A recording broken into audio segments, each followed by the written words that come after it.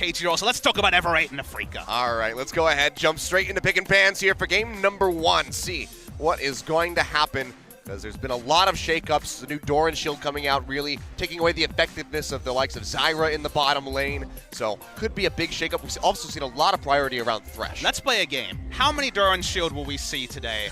Achilles. Now, of course, you have to estimate how many matches we'll see.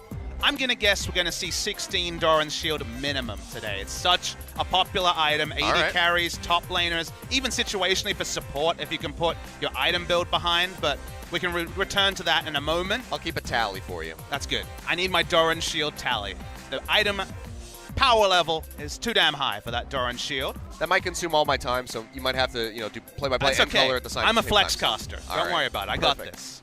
So bans here, Elise has been really interesting. It's actually been pretty high priority so far. I don't know if that's necessarily the power level of AD solo laners that's pushing up the Elise pick rate, because of course, one of the things Elise brings is magic damage from the jungle, which can be unique. Kennen so far has been permanently banned, and more interestingly, in ban phase 1, we've had Syndra and Zac perma-banned. The Fiora and Kennen bans have actually come in the second round, so far neither of them has been targeted, and you have to feel, given that 4 teams yesterday thought they were at perma-pick status, they will be heavily contested if left open. For sure. Jace going to be the second ban, followed up here for Afrika. As we flip back over to Ever8, running down the clock, last couple seconds coming through, and it will be Zac, so another one of those 100% banned champions coming through. Does Kuro feel like he has an answer to the Syndra? Could be a potential first pick, even if that seems like a bit of a reach. Syndra's seen no changes since 7.8, which was the patch we were at on MSI. We are now on 7.10, so the live patch, at least for today. I imagine 7.11's dropping pretty soon. Rumble's going to be banned against Helper, even though Marin is perhaps the most famous Rumble in Korea. Helper's actually a really good Rumble in his own right, by far the best in Challenger, probably a top 5 Rumble player in LCK. So he sees that, and now Marang, with both Graves and Lee Sin available, will be able to choose between the two if they do want to select a jungler at first pick, and first picking for their young prodigy. Cool to see. All right, I'm fully in support of this one, so Marang hopefully going to be showing off with that Lee Sin. We saw Umti actually having some pretty decent performances on it just yesterday. Let's see how Malrong's going to fare going up against that veteran of Spirit. But for now, we flip over to Afrika Freaks for their first pick. And Thresh, something that I mentioned, very high priority. Seeing this first picked by MVP yesterday will come through so far for Tuesday. And I imagine a lot of fans are, looking at patch notes, trying to work out why is Thresh right at the top? Why is Thresh being first pick, first ban, as it was in the first series yesterday?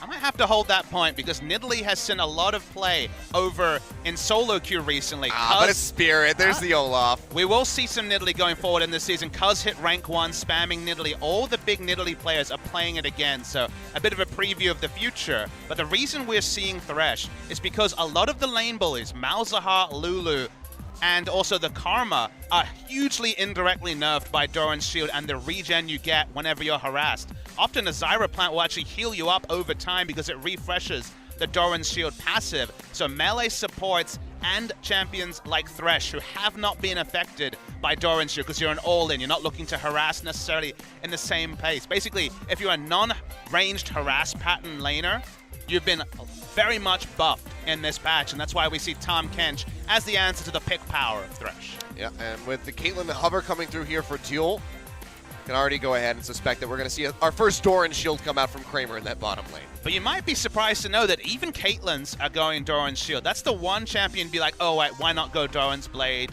I expect to take too much harass as a long-range laner.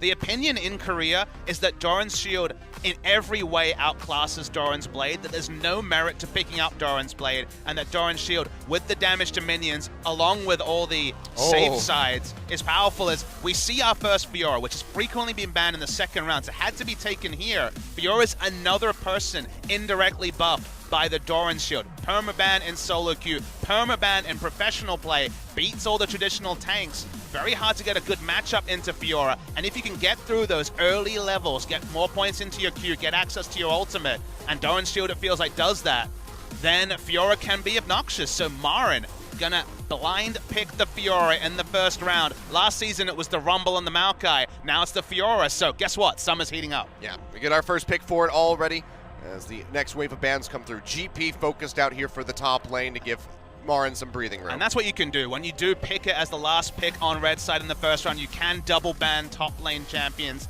to deal with it. Renekton's another one you could consider as a ban. That's another champion that does pretty well against Fiora, but of course can get outscaled as well. Will just be the single ban onto the Gangplank and returning to normalcy with a LeBlanc ban. Not necessarily a champion that's found too much success. So what do we see from Ever8 then? Do they go for a mid lane ban or do they focus out the ADC pool? You do worry that if they don't ban Syndra here, then they'll just take Syndra, and then there's not that many great answers to Syndra either. So Afrika are in a really good spot here. They're going to be happy, and Kalista. Somebody's been doing their research. Exactly. Both of us were looking at OP.GG and seeing that Kramer had been spanning Kalista. A lot of AD carries. Even talking to people at MSI, people said Kalista Thresh every game, just lock it in, would be the meta for summer. It's going to be denied here.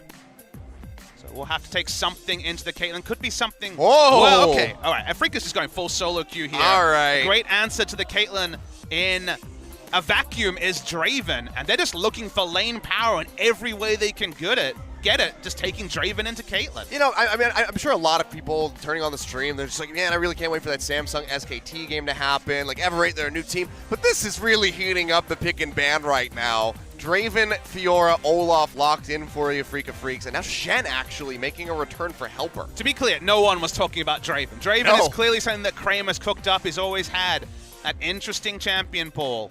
They are leaving open the Syndra. Now, let me tell you another champion Afrika have been cooking up. Kuro has been playing a lot of Kassadin in solo queue. Very risky lane into Syndra early, but like a lot of those Kassadin lanes, you can potentially overwhelm.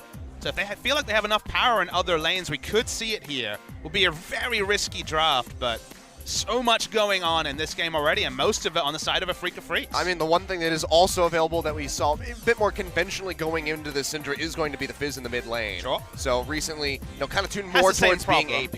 Has the same problem as Kassadin. It will just be a more reliable choice. It will just be the Taliyah, another champion that Afrika have shown they have prowess with. Kuro had some really good games on the Taliyah throughout the course of Spring Split, so they wanted a bit of safety somewhere. They've already gone kind of all in their lanes. Draven needs to get ahead. Fiora plays much better from ahead, so Afrika Freaks mixing it up, and it feels like they've used their off-season time in pretty trademark fashion, and Marin bringing back an old favorite. He was a legacy Fiora player in and out of meta, just like his Rumble and Renekton, and we get to see some duels up top. Yeah, I mean, you know, you mentioned duels, but a duel on the side of Ever8, we had the pleasure of talking with the team, and you specifically asked him about Draven. What is your opinion on Draven? And he said, I don't think that it's good right now. His first match at LCK, he's got to go up against it from Kramer on the other side of the rift. Well, I mean, you know, you ask pro players about their opinions. Sometimes they lie to you. In this case, it's going to be a surprise, however, as it is a bit of a surprise to see Shen. His power level is probably lower than ever, but it's kind of a containment lane into the Fiora Ninja Tabi. But a lot of the other armor itemization is pretty heavily nerfed. You know, now sure, you get more armor, but you get less health, so overall it feels like you lose out on a lot of power. So very interesting to track how Shen will do it, what sort of containment job he'll do. And Kramer's going full aggression. He's channeling his LMS days, not the Wits End Lucian this time. Yeah. It's Draven, we have not seen all of 2017. We get about one Draven a season, and we're starting early. I mean, I think the last time we saw it was Arrow on KT last year. And that didn't go so well, so maybe Kramer can have a bit of a turnaround performance for Draven as a champion. It's definitely gonna need it as we take a look. More ARG for your eyes. And we'll just zoom in and get a nice little overview look of Summoner's Rift and where these guys are gonna end up going. Let's go ahead and load up for game number 1.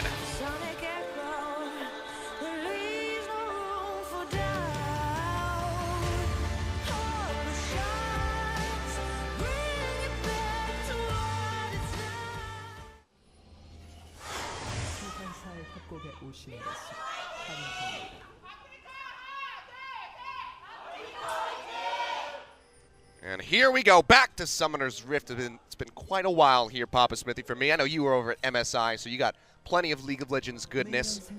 But for me, it's been since that promotion tournament. So good to be back. Ever8 invading the red side jungle to cut off the pleasantries just because they want to find Olaf and stop his jungling path. Olaf's traditionally start blue, but you do try and get frisky and go for other paths. You feel like you can be greedy. Afrika Freaks fans in the audience. 5 p.m. local time on a weekday. Some Ever 8 winners fans here as well, so good to see that for this new budding organization. And we're at 3, by the way, so get that tally started. 3 Doran Shields so far. All right. Duel actually go on the risky route. Again, a lot of people say that even on Caitlyn, Doran Shield outclasses the Blade. I doubt we'll get too much insight into, well, that would have affected him during the laning phase, but we'll check in if we can. Both junglers spotted, so interesting that both junglers are aware of the Raptor start. We'll see if Kuro is able to steal away any of those small Raptors. You can deny level 2 if you're able to do so. Looks like he's just looking for some harass here on Deceptive. Well timed, had that ward near the Raptor pit, so just chunks him out a little bit. Doesn't quite get that Thunderlords, but already you can see Helper trying to play back away from Marn as much as he possibly can. So we got a bit greedy in Champion Select, hoping for a Kassadin or a Fizz coming through from Kuro. One of the reasons not to do that is they would have really no AoE wave clear whatsoever. So in essence, Kuro was kind of forced to counterpick himself. He's doing the team thing here. It's utility in one way just because they need some sort of wave push if things go bad, and that's kind of where the Taliyah fits into this comp. This also gives him a bit more consistent AP damage because, I mean, before the Taliyah came through, it was nothing but AD. It's all going to be on the back of Kuro to pump out that magic damage. So this does offer up a bit more consistency in that regard. But for now, just going to be trading back and forth a bit here in that bottom lane. Doran Shield going to help Kramer be topped up as he just keeps stacking up for that big cash in if he can get a kill. Hook comes through, lands straight onto Duel, but that's what the Tahm Kench is for. Goes ahead, noms him up, Ella keeping his ADC safe. Yeah, not until you get some items will there actually be enough AD to just turn onto the Tahm Kench and burn him down. So for now at least, that play pattern will return. Speaking of play patterns, Marn and Helper both falling pretty low in top lane, but Doran's Shield being 400 gold, that's kind of the buff that doesn't get talked about, is taking 50 gold off gets you an extra potion. So an item that was already for sustaining through tricky lanes gets you that much more. Gives you more regen with the new passive, and then gets you an extra biscuit or just a potion depending on where you're speccing in terms of your masteries. And lets you get Fiora through lane. Maybe you'll even let Draven get through if he's chunked out with a non-sustained support. So extra sustain opens up a lot of new picks. And again, a lot of people looked at the patch and like, okay, some tank items have changed, but I reckon we're going to see the same meta. It's not the same meta anymore. Yep. Hook comes through, they get the play down onto Ella, work him at about 50% HP, but Kramer not really there. Fully chunk him out. Somehow Tahm Kench can make Thresh lanes less interesting. Feels bad, man. Tahm Kench can make a lot of things less interesting. Ashe just doesn't do anything. Varus, negate all of it. Not as strong against Blitzcrank that we saw from Max yesterday. Yeah, that's very true. More Blitzcrank, please. The birthday Blitzcrank. I wonder if MVP will continue to have just their own champion pool, or whether people will start picking up some of the champions they enjoy. Sejuani and Blitzcrank were the two that spring to mind from yesterday. The Blitz was good. Sejuani could use some work, you'd have to say, from ADD, but overall, her newfound tankiness is absolutely ridiculous. Well, she can also push, you know? The W does allow line wave clear, so I can see why she's being played top, and if you can get away with a Sejuani with a pick comp, then you've got a frontliner who also can initiate, so I definitely understand the theory, but like you say, need to see other top laners pick it up before we really get a good idea. Curious if it's something we'll see in the support role. I know that was mentioned, we've seen it a bit in It's solo Max, queue, we're definitely going to see it in the support role. I feel like if anybody's going to do it, he has to top himself from his spring hijinks with his massive champion pool. The Scion was still just... the quadra-kill Scion. Yeah, against KT rosters. Can we just never talk of that again? Let's pretend it didn't happen. I know some people really liked it. It made me sad. It was a magical moment, you'd have to say. Was it in a hashtag LCK big play? It should have been. We don't have that hashtag, just to be clear. If anyone on Twitter wants to make it, that's fine. I'm curious if that actually... I wonder if that actually made the Penta series. It might have. It would, I imagine. It definitely made the LCK super plays that OGN runs. It was definitely a super play. But slow and steady as she goes so far here. A lot of nerves on the side of Ever8, so I can understand. Oh, for sure. No big playmaking in the early game. Even Malrang has largely been stymied, but Lee Sin can be a level 6 jungler if you so choose.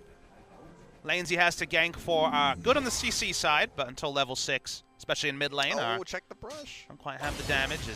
Nope, not going to check the brush. Well, he's just going to be in vision. Spotted out. Had the first backs come through there from Septid and Kuro.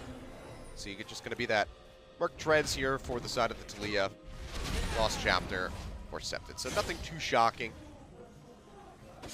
One item we will most likely see on the Taliyah that continues in the trend of item indirect nerfs is going to be the Banshee Veil, you'd imagine. Banshee Veil, if you guys haven't been keeping up, is no longer a tank item, very much an AP itemization. Blasting Wand, Fiendish Codex, and just a null magic mantle is the build path there. May lead to interesting cases where mid laners will go double Doran's Ring into double null magic mantle because, you know, you loved sitting on the Negatron cloak in the past, but Negatron doesn't really build into any offensive itemization outside of Wit's End now, so less of a pick.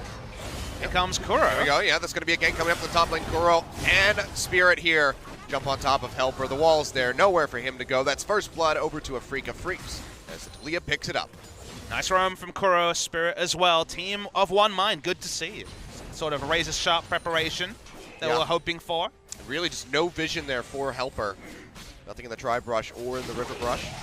Now Ella trying to get aggressive here onto Kramer, but the Dark Passage is going to be there to take him out to safety.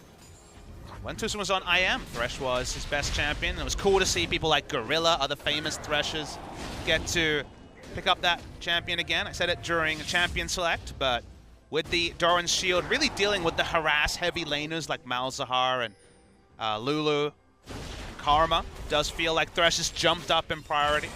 Kind of the theme. Like, there was direct nerfs and buffs in this patch, but it feels like items, and specifically Doran's Shield, has changed the game more than gutting a champion ever could. What's the likelihood we see the return of Leona? I mean, it really is a possibility. Leona's so all-in, doesn't have a ranged auto attack, that it's less likely, but it was hovered during yesterday's series, so there's a chance, but I'm not willing to put a percentage on it just yet. Septed and Malrong going for a bit of a stroll here through the Freak of Freaks jungle, but they're spotted out by wards. Plenty of vision thrown down here for the red side squad, so not going to find anything for now. Just slipping a bit further behind, 1,200, 1,100 gold at the moment in the lead is Afrika, and Marin just going to go ahead and bait onto that blue buff and take this out by himself. Just trying to be a jerk as the harass extends in bot lane. Afrika's going to be playing a true 4-1 comp here. Marin will be expected to pick up 2 items and then just have kill pressure on Shen. Black Cleaver and either Ravenous Hydra or Titanic will be the itemization for the Fiora, whereas Everate have a really good siege setup, but it's fun when the identities are kind of contrasting, because Everate really do want to be able to go for the 4-man commitment to mid, but if Fiora's got kill pressure on Shen, that's not going to work out so well. Might have a bit of a clash here as the blue buff started up by Spirit. Marin did back off. Now Malrong coming around the side, does not have the smite, will not be able to take this away, and throws in to back him up. Malrong, does he want to pursue this? As the Stand United coming through, dashes forward, gets on top of Spirit, and he gets taken out. Septed finding the kill now, slowing up Kuro with that newfound red buff. Raven's ultimate comes through, not going to find the connection from home base. So won't get much damage down, just going to be the 1-for-0 in favor of Everate. They put a kill on the board. Big mistake there from Tucson. He actually shorted on the W. The Dark Passage didn't go over the Raptor wall, so had to actually flash over to get to the W. Did Kuro, so that was actually a very large mistake, adding an extra summoner to the woes of Spirit being taken down. Nice collapse from Everate. Yeah, and now they're just looking for more in the mid lane. Sonic Wave comes through, kick back on the Dragon's Rage. Kuro goes down, and Septed finds a second kill, nicely executed by Malrong. Cleanly Sin is a meme, but Malrong is one of the cleanest Achilleos. Super nice on the kick flash there. Was it necessary? That part I can't 100% tell you, but sometimes better to be flashy than it is to be necessary, so I'll give him the benefit of the doubt. Nicely done by him. Maybe getting that confidence up now with his big debut on the LCK stage. Yeah, Everate collapsed really well onto Afrika, who honestly showed their hand. The Olaf was very visibly taking the blue buff for the longest time, and then the collapse was pretty inevitable, didn't respect the Stand United coming through, so good to see again a challenger team come in, not be awed by the situation, start slow certainly, but be ready to fight when the opportunity opened up, and Kuro not having flash and pushing up like he did was ripe to be punished. Nice stuff from Malrong and Septed. Yeah, very good for Helper to go ahead and put an assist on the board, because, I mean, top lane's not been the most fun for him. Meantime, Septed getting chunked out quite low here. Also out that sphere. Just answers a little bit of damage down onto Kuro. 2 kills going on to Septed means that once Caitlyn hits that itemization spike, maybe even just Zeal Infinity Edge, setting up around mid lane before Fiora actually has kill pressure on Shen, will be very effective for Everate. If you even threaten Kuro getting below half, they have no wave clear, so a lot to take advantage of. Trading patterns continue in bot, but once again, Doran's Shield will make this less interesting over time. Not doing a whole lot here. Kramer's still just stacking up where he can. Be a very big cash in, and also a very big loss should he die before he can get those stacks pushed forward. Balrog coming over the backside of the pit, gets picked up that Infernal Drake. So another objective here on the board for Ever8, alongside those 2 kills that they got. So have really shrunk down that gold lead that had built up for Afrika Freak, so in a very nice spot. It feels like the tipping point of the game coming soon. Seismic shove not going to connect, so should be the end of that one there. Septed could just go ahead and pull right back down the river. Had is Lee Sin waiting in the wings. Now we see pings onto Rift Herald. We actually only saw a single Rift Herald taken yesterday, despite a lot of pro teams I've really talking about how strong it is, how it really can warp games, especially when teleport is down from a top laner. But only KT picking it up and then misusing it with Pawn going down means that we're still waiting for more information on if Rift Herald will be kind of a joke objective like it was for a lot of the last year and a half, or if it will really be a contested objective. For now, you can look at the vision and say, sure, there's a couple of wards around the Rift Herald, but it certainly doesn't have the same sort of respect as an Infernal Drake draws. So still more data points needed to really understand the Rift Herald in pro play. Seems like it's just a bit too big of an investment at the moment, because you need so many people to try to take that out in a timely fashion. It's a bit too risky. It has warped a little bit. You know, in previous seasons you needed to, and they both get super low and have to recall. Now, if you have a jungle item as a Graves, you can solo it. So it does less damage. It is faster to take, but still a lot to learn about it as an objective. Oh, that's going to be the flash forward here. Unleash Power comes through. They get the stun. And that's going to be the resonating strike from Malrong straight in underneath the turret. They find another kill. So the mechanics there were really cool to see. He opened with the ultimate, so he definitely hit a stun. And when the stun registered, no chance you can miss the Q. So that was not fishing for a Q and then stunning. That was leading with the ultimate because they knew that the CC was enough, because there was no way Malrong was going to miss that Q. Yeah, and they also knew the Crow didn't have a flash, so there's no way for him to avoid that stun coming through from the Scatter of the Weak. So very well executed and communicated from the side of Ever8. They put another kill on the board, giving Crow his 2nd death, and they pick up the 1st brick. And the communication side is perhaps the most important one, Achilles, because we see, even at the top level, low synergy between mid laners and junglers. They're not always on the same page, even though they really do open up the mid game by being able to roam to other lanes and play together. So seeing Malrong and Septed on their LCK stage debut have that sort of synergy is a really heartening one for Ever8 moving forward. And that was the big thing that we touted for them during the promotion tournament. It was about the communication between those 2 members in particular.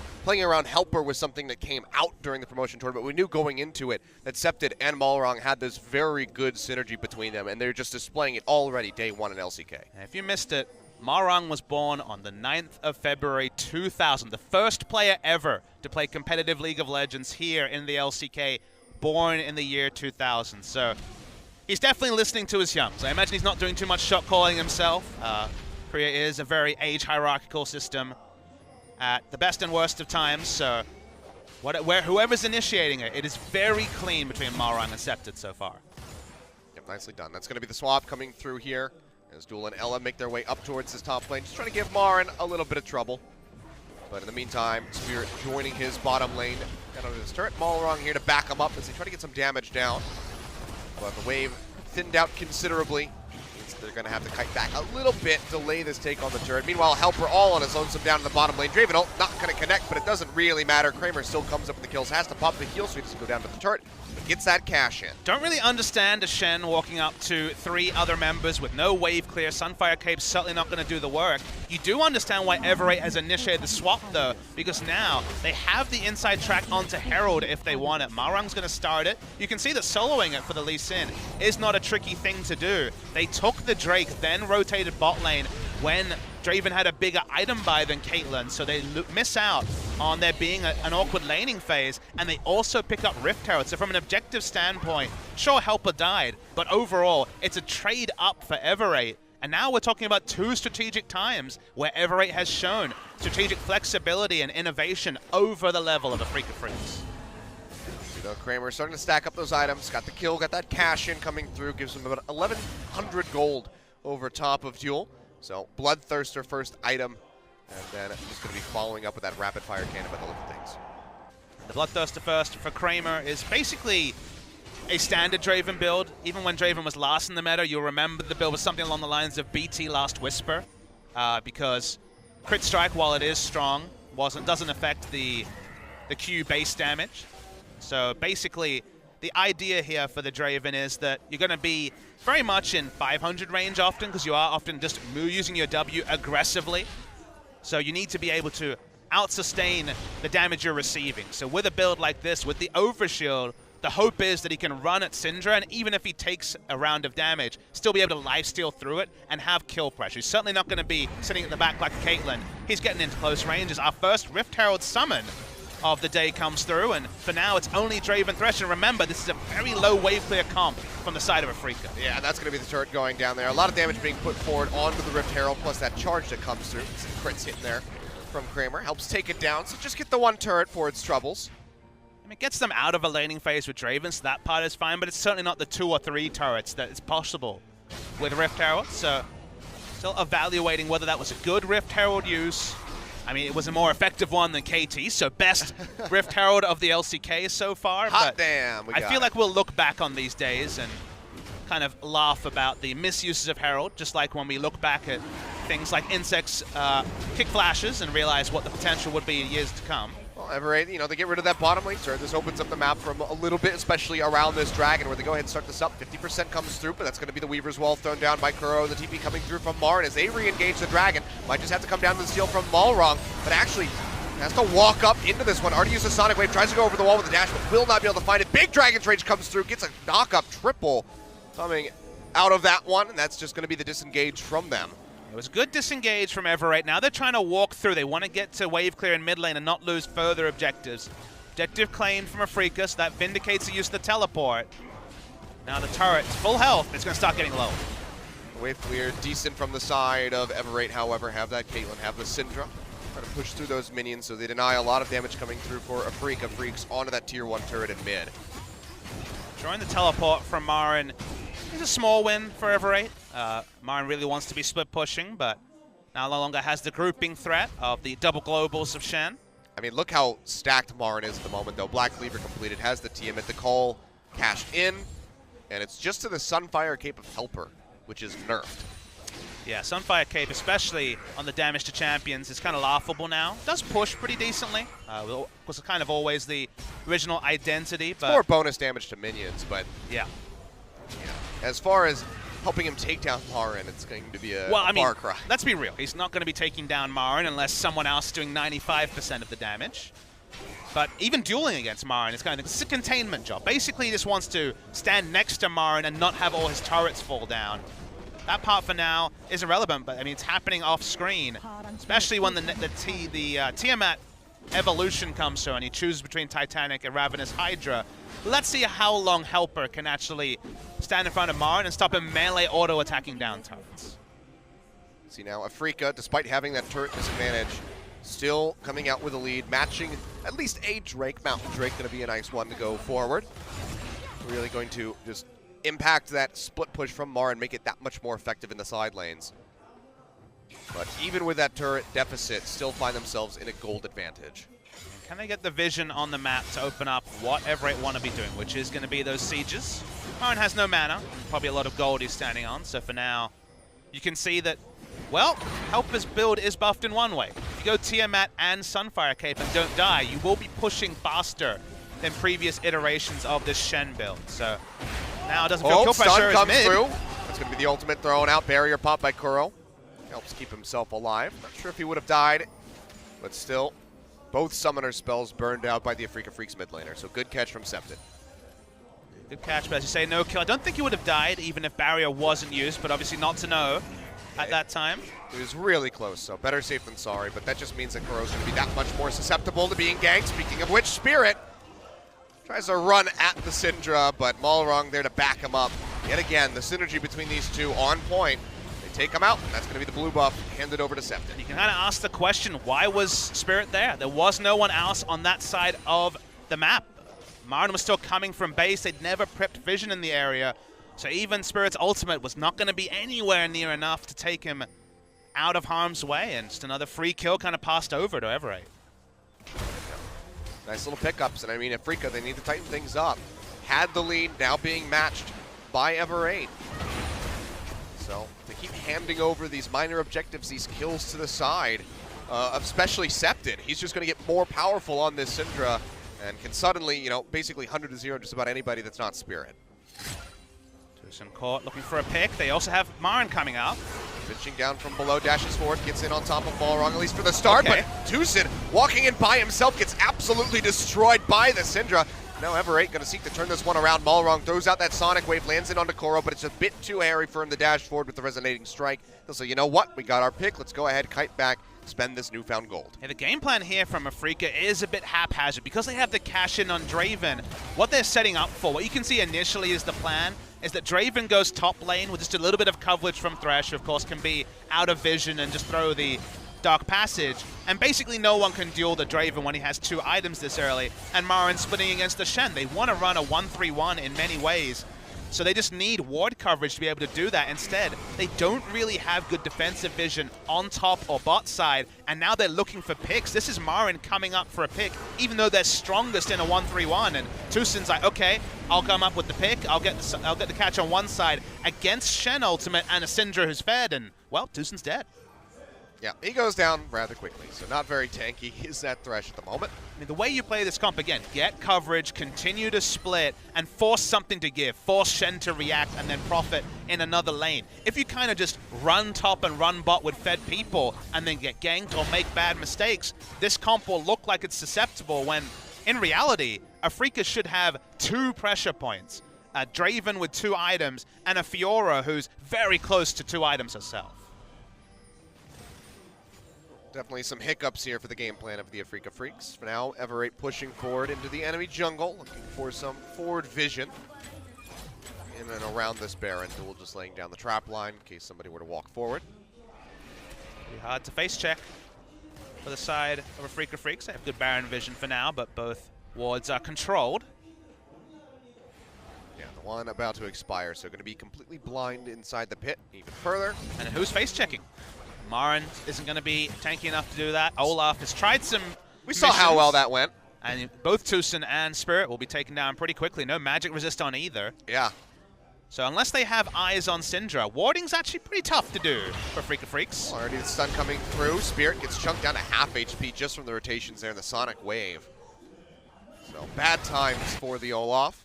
It's gone Knight's Vow as a second item, so have to imagine that's to allow either Draven or Fiora to be that frontliner. But it's kind of a 5v5 choice on a team that doesn't really want to be 5v5. Yeah. 5v5ing, that sounded incredibly hard to say for some reason. And they just haven't been able to push wards. You know, they've been wrestling with vision around the Baron, so that means that Drake is completely free for the side of Everate.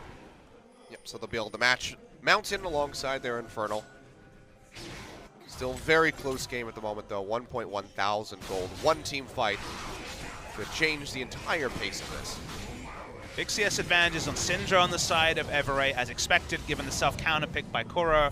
But Marin has that same advantage in the top lane on the side of Afrika. So whichever team sets up better, whether it's Everate around Sieges, which for so far they've been very good at setting up vision and playing methodically, then Everate will have the advantage. If they can actually get the coverage from Marin, who you notice is completely blind in terms of vision in the bot lane, then Afrika Freaks can also get a lot of advantage. So he's at that 2-item point. Let's see if we do actually get on screen the first trades between him and Shen, because Marin's 2 levels up and plenty of items. Well, Duel's walking forward. Junk's starting to come through here from Kramer. Answers to that 90 Kettle Burnett. Now that Stand United coming down onto the Caitlyn, but it's not going to be in time. He already gets taken out. The kill goes over to Spirit. Ella going low, gets taken out. The cash-in coming through from Kramer. Big burst of gold over to the Draven. And now Afrika Freaks finding 2 kills. Do they want to turn over onto this Baron? Still very early on, 25.5 minutes just about. Seems like they'll go ahead and gain vision priority at least. Septed keeps them busy, lands the stun in onto Koro, chunks them down quite a bit. Will they turn over for this? Looks like the answer is going to be yes. Everybody piling in, and Marin waiting over the wall to come in from behind. TP's going to be burned out here by Helper, trying to join in. Throws out that nice turn. Unleashed power, finds the first kill in onto Tucson. Now Septed running for his life. Grand challenge was thrown down. The kickback comes through from the Dragon Rage, but Marin dashes forward, completes the challenge, finds the kill in onto the Syndra. And the rest of Everate have to kite back, but the Baron gets halted. Oh, the Baron Seesaw was so cool to watch, Achilles. The moment that we saw Septed open up, got the first kill onto Tucson, but nice turns we're going to see the long replay here. And the first thing to take away is that Syndra is accounted for. Syndra was already seen mid lane. They don't have to respect her power. And that means Kramer can get frisky. That means they can look for picks in a scenario that's hard to recreate because usually Syndra will be grouped with her team. So they start up the Baron. That's the big objective they want to claim with the 2 picks. But Syndra's the one with all the gold. And Syndra's only job here truly is to stop the Baron going down, which happens. There was some nice flashy mechanics in this. Good flash away onto Tucson, takes him down. Kick from Marang was good too. But Maran's positioning, he spent so long waiting to get in the back line.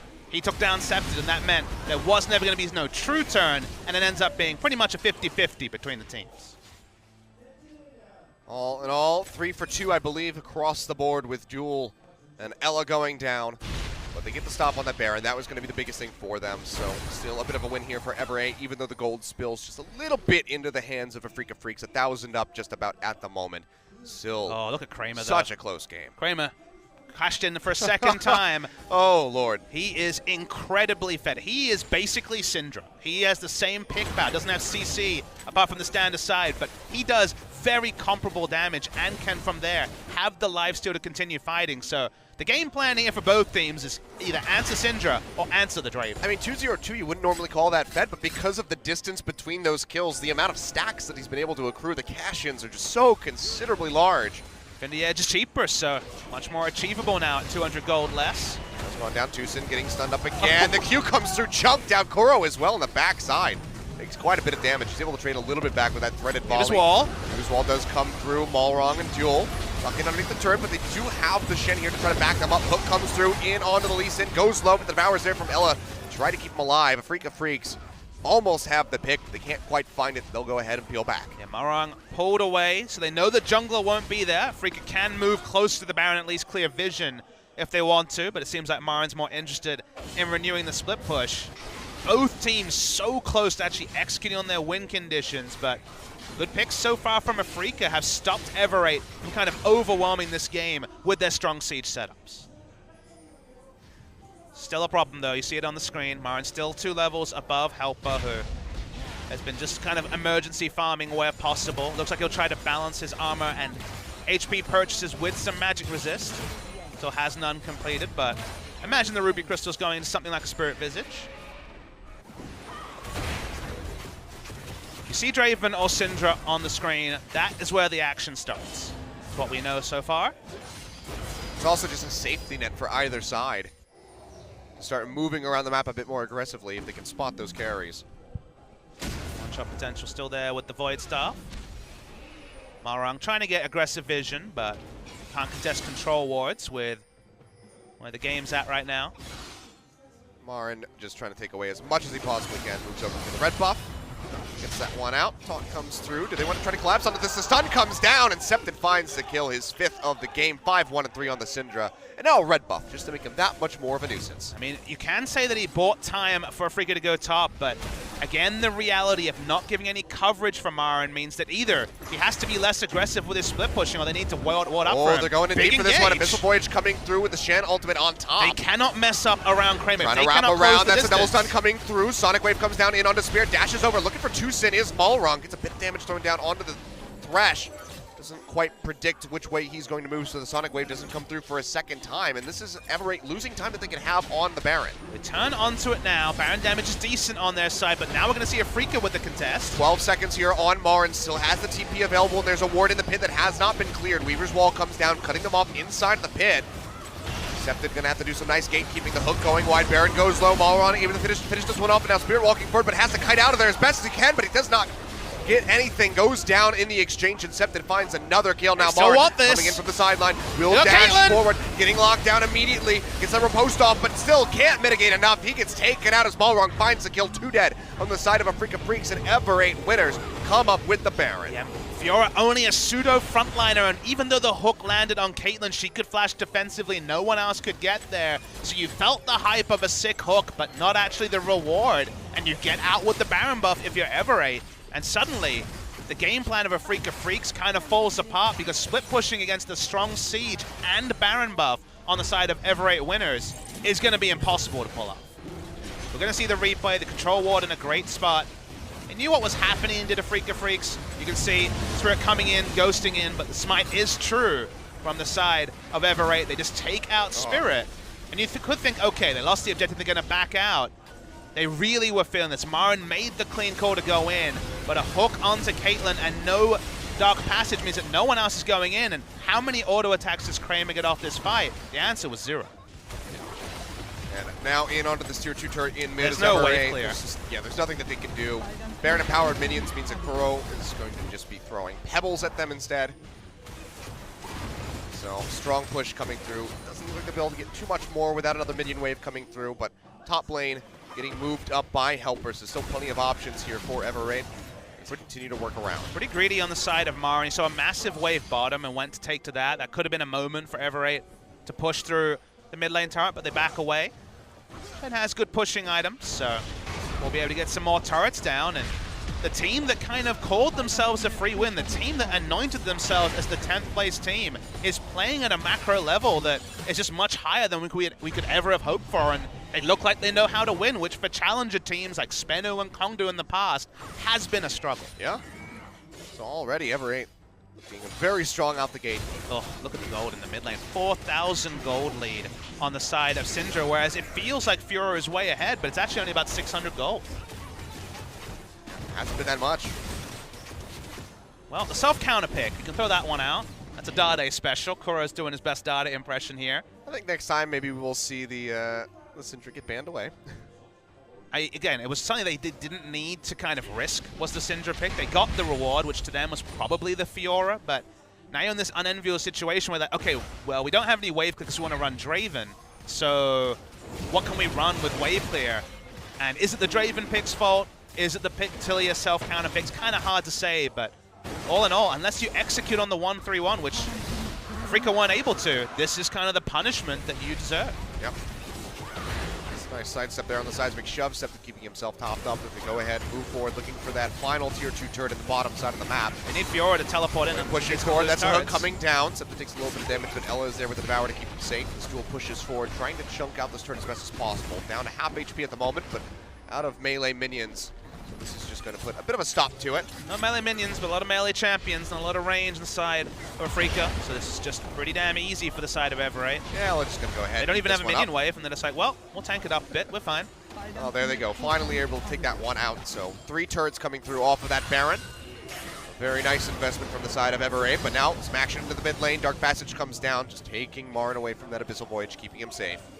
If you're ulting a mid lane Shen in this scenario, that's, it's a bit of an emergency engage from Marin, just trying to create pressure somewhere so they just don't lose everything on the map. Spirit's able to get the red buff. A minor victory so far from him. They're looking for a little bit more. Balrog gets locked up there by that hook, but still the Devour comes through, keeping him safe with the sun thrown down onto Spirit. Means they can't push forward for any more damage or any slows off of those axe throws. So Balrog able to get out of there safely. Does mean they'll disengage. So many fed damage dealers. Oh, Speaking of fed damage over dealers, the wall. That's going to be the unleashed power yet again from Septic. Just rips right through Spirit. Hot knife through butter. The Spirit Visage, the Spectre's Cowl is just not cutting it. When a 4-item Olaf is hot butter, lets you know that the Syndra is unbelievably fed. The bus driver, as he was anointed, we were actually at the Ever8 Winners Gaming House, and we were told Septed is our bus driver. If you're not actually familiar with that expression, in Korea, the carry, the person who you're looking for to carry is the driver of the bus. The team is the bus driver is Septed, and the analogy is playing out perfect. Well, I mean, they also said that they needed something a bit more faster pace, so maybe he'd be the taxi driver, and he's definitely put the foot on the accelerator. You know so what? far. I'm going to reward Ever8, because they've played smartly, they've drafted smartly. They don't have to be a jet plane. They don't have to be a taxi. They can just be a normal bus, because I don't see a big difference between Ever8 and Freaka when it comes to playing League of Legends. It was so, on paper it's there in terms of history. I mean, so many winners on the side of the Freaka Freaks, of champions, of worlds. I mean, they're a 5th place team in spring. They have superstars on the lineup, but when it comes to actually showing off 35 minutes of quality League of Legends, they've done it on occasion, but we've also seen a lot of games like this, so you want to have them on different tiers, but you kind of have to earn your tier again in summer, as KT found out yesterday, and how Freaka Freaks are finding out in Game 1. Yeah, 11-5. 5.4 thousand gold in the lead. Ever8 in a nice comfortable spot. Still one miraculous team fight from the side of Afrika Freaks. Could turn the tide of this, but now Marn getting caught is just going to put a cork in that one. He goes down.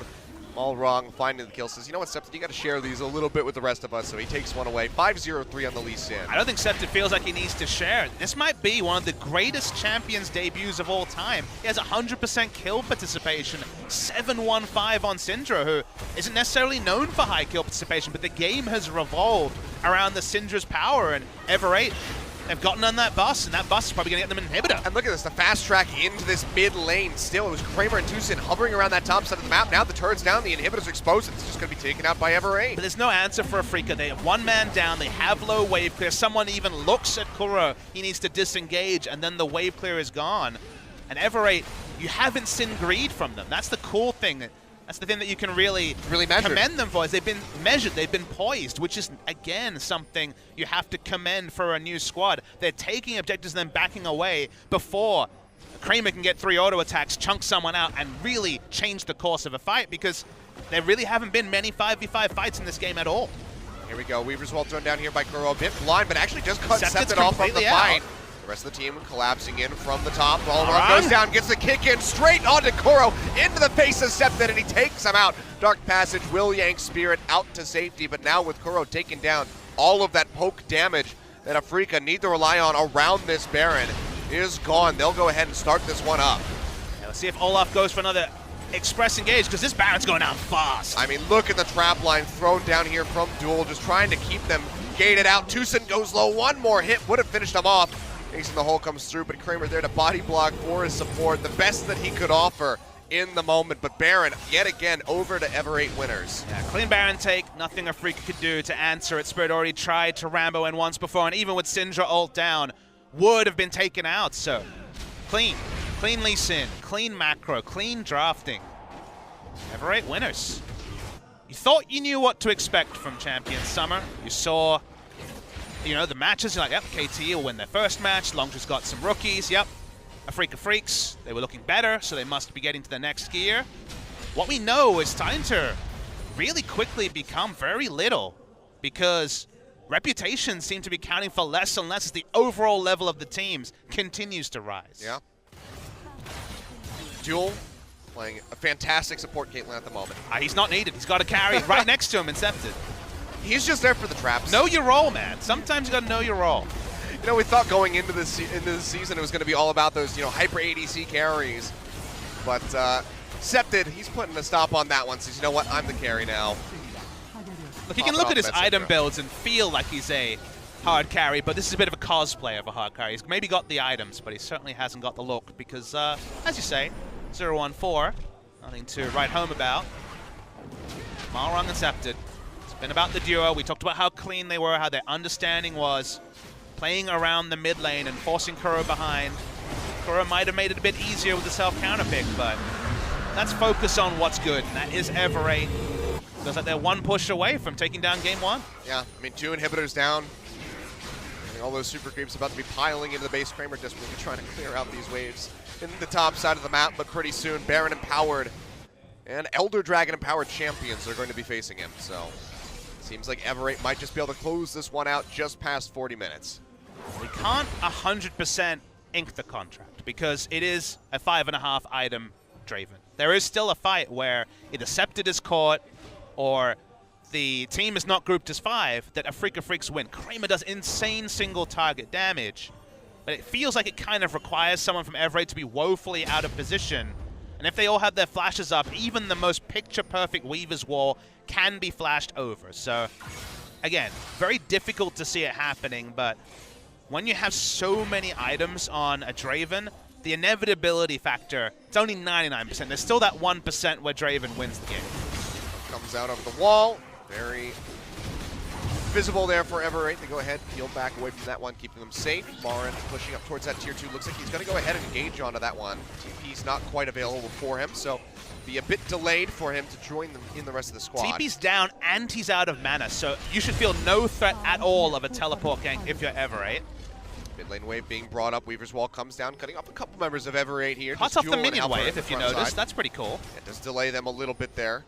So probably one of the best Weavers wall we've seen from Kuro so far during this game, but it's really just holding the inevitable, delaying it just a little bit here. As that turret does go down, looking for that third inhib now. Marin, just no way for him to push up. Has to show so much respect to Septed and Malrong alike. 3 inhibitors down. Yeah, Tucson still not able to find these death sentence. Needs to find a miracle hit in order to turn something around for Afrika Freaks. Just does not seem likely. Now it's all about just waiting for these minion waves to crash. Actually getting them to have 2 at the same time might be more of a difficulty though. The bot lane minion waves not coming. Mid lane still about 8 to 10 seconds down, so for now at least no threat on the turrets. We're cheating forward, a couple hits coming through here from Duel. Has those minions to the top side, still Baron empowered, so going to be a bit tankier. Mid lane inhib comes back up. They'll be able to take that out instantly. As the next couple waves get ready to come through, that first Nexus turret ready to go down. Next push forward should see that one, maybe even more, maybe just the game here for Ever 8. Pressure on, Hook comes down onto Helper, they're gonna drop the box, he dashes away and the Devourer is there, but Ella gets knocked in by the seismic shove. Still makes it out safely with the flash. The first turret goes down as Joel finishes this one off. Tucson not gonna connect onto that death sentence. Now it's do or die time. Septed pushing forward, looking for some damage, trying to get rid of that Thresh, that pesky death sentence spot. Just desperately wants to lock down the Syndra. Won't be able to find it here. But now look at all those super creeps. 4 in this bottom lane wave getting ready to push forward. Yeah, the desperation's there from the side of Afrika. That much is clear. Weaver's wall not quite going to cut off those super creeps, however, so they're still pushing in. Getting ready to eat those turret shots. Q comes over from Septed, chunks out Tucson. As they push in for the finish, that's going to be the ultimate coming out. Unleash power in on the Curl, jumps him down to about half HP, but can't follow up for much more because the Devourer has to come down. Now Marin and Spirit pushing forward, looking desperately for a kill onto the carriers, but they're cutting back into the back line so effectively. Now flashing forward as Duel finds the double kill, finally putting some kills on the board for himself. Will not finish with 0, but they will close out the game. 43 minutes just about from Ever 8, tripling the kills of Afrika Freaks. And the curveballs in the draw for Afrika Freaks did not pan out, and the curveball in the game was the level of play from Ever 8. They look significantly worse than, say, Jin Air, for example. They're very comfortably qualified for LCK Summer. It was much more toiling for the side of Ever 8 winners, but you can see the team looks pretty jazzed, and they have a lot to be proud of because their preparation and just the level of clean macro, inspired play between Septed and Malrong. Ever 8 winners, you wanted to put them in that 9th or 10th space box that previously Kongdu Monster occupied, and suddenly it's only a single game, it's only the start of the season, but there's a lot to like about the side of Ever 8, and on the side of Afrika, they tried a lot of things at once. Risky draft, low wave clear, the Draven and the Fiora at the same time, self-counter picking in mid lane, and they were put to the sword, so well played to Ever 8. Not going to pass a judgment on either. We've got a lot of season ahead of us, but all you can do is commend Ever 8 on how smartly they played game 1. Yeah, we still have the rest of this match to go. Ever 8